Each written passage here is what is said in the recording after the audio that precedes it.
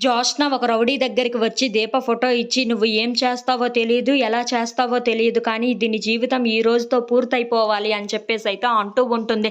ఆ మాటలు వినగానే అక్కడ ఉన్న రౌడీ అయితే, "మీకెందుకు మేడం, మీరు క్షేమంగా హ్యాపీగా ఇంటికి వెళ్ళండి. పని పూర్తి చేసుకొని మీకు నేను ఫోన్ చేస్తాను కదా" అని చెప్పేసైతే అంటూ ఉంటాడు. ఆ మాటలు వినగానే అక్కడ ఉన్న జోష్న అయితే చాలా సంతోషించి ఇంటికి వెళ్తూ ఉంటుంది. ఇంతలో రౌడీ దీపక్ ఫోన్ చేసి, "మేడం, మీ పాప స్కూల్లో పడిపోయింది. మీరు త్వరగా రండి" అని చెప్పేసైతే అంటూ ఉంటాడు. ఆ మాటలు వినగానే అక్కడ ఉన్న దీప అయితే చాలా కంగారు పడిపోతూ, "అయ్యో! మళ్ళీ కళ్ళు తిరిగి కిందన పడిపోయిందా? సరే, నేను త్వరగా స్కూలుకి వెళ్ళాలి" అని చెప్పేసైతే స్కూలుకి బయలుదేరుతూ ఉంటుంది. ఇంతలో వాళ్ళ అత్తయ్య దీపను ఆపి, "దీప, ఎక్కడికి వెళ్తున్నావు? ఎందుకు ఇంత కంగారుగా వెళ్తున్నావు?" అని చెప్పేసైతే అడుగుతూ ఉంటుంది. ఆ మాటలు వినగానే అక్కడ ఉన్న దీప అయితే చాలా బాధపడుతూ, "శౌర్య మళ్ళీ కళ్ళు తిరిగి కిందన పడిపోయిందంట. నేను త్వరగా వెళ్ళి హాస్పిటల్‌కి తీసుకొని వెళ్ళాలి" అని చెప్పేసైతే పరిగెట్టుకుంటూ వెళ్తూ ఉంటుంది. ఇంతలో వాళ్ళ అత్తయ్య, "ఏంటి మళ్ళీ శౌర్య కళ్ళు తిరిగి పడిపోయిందా? ఏంటి దీనికి వచ్చిన జబ్బు కోసం ఎందుకు ఇలా జరుగుతుందో ఏంటో" అని చెప్పేసైతే అనుకుంటూ చాలా టెన్షన్ పడుతూ ఉంటుంది. ఇంతలో దీప మాత్రం శౌర్య దగ్గరికి పరిగెట్టుకుంటూ వెళ్తుంది. "శౌర్య, నువ్వు ఎలాగైనా నిన్ను నేను కాపాడుకుంటాను.